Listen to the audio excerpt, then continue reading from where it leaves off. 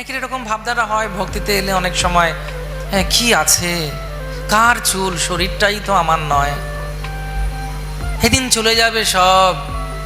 তুমি অমনি আছো, কিন্তু তুমি তো বৈষ্ণবদের কষ্ট দিচ্ছ। তোমার গায়ে যা গন্ধ বেরোচ্ছে, তুমি চান করছো না, তুমি যে কাপড় পরছো সেদিকে তাকানো যাচ্ছে না। প্রথম গুণটি কি? সম, অর্থাৎ অন্তরিন্দ্রিয়ের সংযম। তারপরে দম মানে কি? বহিরিন্দ্রিয়ের সংযম। তারপরে হচ্ছে তপ, তপ মানে হচ্ছে তপস্যা। ব্রাহ্মণের একটা গুণ হচ্ছে সে তপস্যা করতে পারে। এখন লোকে জিজ্ঞেস করতে পারে কিরকম তপস্যা করতে পারে, সে কিরকম তপস্যা করতে পারে? প্রকৃত তপস্যা কি? অনেক রকমের তপস্যা হয়। সকালবেলা ঘুম থেকে ওঠা, মঙ্গলারতি আসা, ভগবানের জন্য অর্চন করা, নির্দিষ্ট যে নাম আছে সেগুলোকে সংখ্যাপূর্বক শেষ করা, নিয়ম পালন করা, একাদশী পালন করা, বা কি বলে অন্যান্য যে উৎসবগুলো আছে সেই উৎসবগুলো পালন করা। তপস্যা হচ্ছে একটা বড় গুণ, এটা হচ্ছে ব্রাহ্মণের থাকা উচিত। শৌচম, শৌচম মানে খুব পরিষ্কার পরিচ্ছন্ন হওয়া উচিত ব্রাহ্মণকে।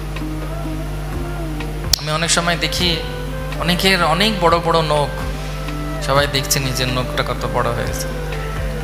তো এগুলো কিন্তু বাহ্যিক হলেও এগুলো দরকার আছে।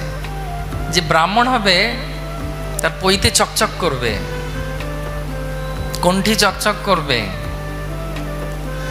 হ্যাঁ, সে নিজে পরিষ্কার পরিচ্ছন্ন থাকবে, ছেঁড়া বস্ত্র পরবে না, এর গুণ আছে। বস্ত্র যে ছেঁড়া সেরকম বস্ত্র পরবে না। না, একে অপরকে দেখার দরকার নেই, আমরা সেই পর্যায়ে পৌঁছাইনি এখনো, পৌঁছাবো। শুনে শুনে শুনে শুনে শুনে একদিন হয়ে যাবে, নিরাশা হবার দরকার নেই, ঠিক আছে? এখন অনেকের যেমন চুল বড় বড় নেই, ছোট হয়ে গেছে, এটা একটা বড় জিনিস। সেটা একটা শৌচতার প্রথম জিনিস এসেছে। যে স্নান করবে কতবার সে সম্পর্কে বলা হচ্ছে। তো সেই জন্য অনেকের মনে হতে পারে যে এগুলো দরকার আছে কি, কৃষ্ণকে মনটা পেলেই তো হয়, আর কি দরকার আছে? কিন্তু তা নয়, ভগবান বলছেন এগুলো দরকার আছে। শৌচম, সকালবেলা ওঠা, স্নান করা, বেশি ঘেমে গেলে স্নান করা। যেন নিবাস প্রভুকে দেখেছেন কি পরিচ্ছন্ন, পরিষ্কার। আমি প্রভুর কিছুদিন সেবা করার সুযোগ হয়েছে, ইচ্ছা আছে যদি সুযোগ পাওয়া যায়, যদি না পালক পড়তে প্রভু ছিনিয়ে নেন। তো প্রভুকে দেখেছি, প্রভু কি সুন্দর পরিষ্কার পরিচ্ছন্ন থাকেন। এই জন্য আমাদেরকে অনেক সময় আমরা বলি, অনেক বড় বড় কথা বলি অনেক জনকে, আগে নিজের চিন্তা করা উচিত যে আমি শৌচম, শৌচম মানে যে যে মাদুরে শুচ্ছি বা যে খাটে শুচ্ছি সেটা পরিষ্কার আছে কি, যে ঘরে থাকছি সেটা পরিষ্কার আছে কি। প্রভুপাদ এক জায়গায় বলছিলেন, প্রভুপাদ যাচ্ছেন মর্নিং ওয়াকে, তো হঠাৎ দেখছেন একজন লোক স্নান করে গঙ্গা থেকে উঠছেন। তখন বাবা প্রভুপাদ বলছেন ইনি ব্রাহ্মণ। তখন সবাই জিজ্ঞেস করেছে কেন? বলছে ওর লোটাটা দেখেছো? লোটা মানে যাদের ঘটিটা চকচক করছে, এ ব্রাহ্মণ। প্রভুপাদের উপরে অনেক জোর দিয়েছেন, ক্লিনলিনেস ইজ গডলিনেস, পরিষ্কার পরিচ্ছন্নতা। আমাদের মন্দিরে এলে কত ভালো লাগে, এটা যে ব্রাহ্মণ উচিত। তাই জন্য শৌচম, শৌচম মানে হচ্ছে কথাও যেরকম ভালো বলতে হবে, ব্যবহারও সেরকম ভালো বলতে থাকতে হবে।